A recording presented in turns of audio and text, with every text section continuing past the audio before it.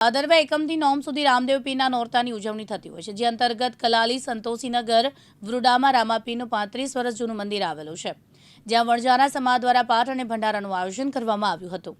રામદેવ પીરને ભક્તો રામદેવ પીર તેમજ રામાપીર કહીને પણ સંબોધે છે। તેમનો જન્મ લગભગ 600 વર્ષ પૂર્વે 1409માં ભાદરવા સુદ બીજના દિવસે થયો। રાજસ્થાનના બાડમેર જિલ્લામાં કાશ્મીર નામે ગામ આવેલું છે। આજે એ સ્થાન રામદેવરા તરીકે પ્રસિદ્ધ છે। કહે છે કે ત્યાં માતા મીનળ દેવી, પિતા અજમલ રાયને ત્યાં સ્વયં દ્વારકાધીશે પુત્ર રૂપે પ્રાગટ્ય કર્યું। અજમલ રાય મહાદેવના પરમ ભક્ત અને પોખરણના રાજવી હતા।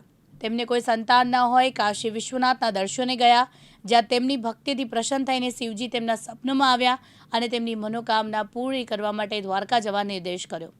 અજમલ રાય પત્ની મીનળ દેવી સાથે દ્વારકાધીશને ધામ પહોંચ્યા। દંતકથા એવી છે કે ભગવાનને રીઝાવવા અજમલ રાયે સમુદ્રમાં છલાંગ લગાવી। સમુદ્રની અંદર રહેલી પ્રાચીન બેટ દ્વારકામાં તેમાં સાક્ષાત શ્રી હરિના દર્શન થયા। અમલજીએ તો દ્વારકાધીશને પુત્ર તરીકે પામવાની ઈચ્છા વ્યક્ત કરી, ત્યારે દ્વારકાધીશે અમલજીના બીજા પુત્રના રૂપમાં જન્મ લેવાનું વચન આપ્યું।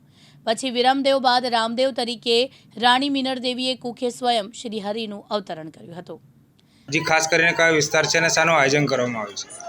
આ વિસ્તાર ખિસકોલી સર્કલ સંતોષીનગર ઉડાના મકાન ત્યાં રામાપીરનું મંદિર આવેલું છે। આ મંદિર 35 વર્ષ જૂનું છે અને અમે કલાલીના વણજારા પરિવાર તરફથી આજે બાબા રામદેવ પીરનો પાઠ રાખેલો છે।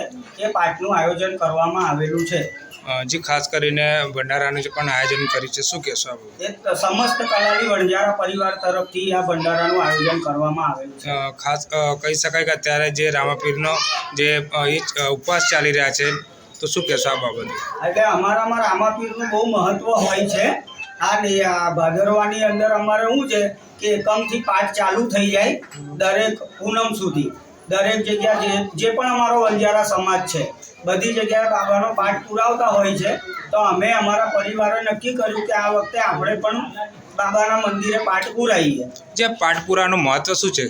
એ પાઠ પુરાવાનું મહત્વ તો એવું છે કે જે આ બાબાનો પાઠ આપણે પુરાવીએ, આજે જે બાબાનો પાઠ પુરાય અને એની રાત્રે જે પહેલી આરતી થાય ને, એ આરતીની જ્યોત પ્રગટ થાય, એમાં એવું કહેવાય છે કે એ ટાઈમે બાબા સાક્ષાત અહીંયા હાજર હોય છે।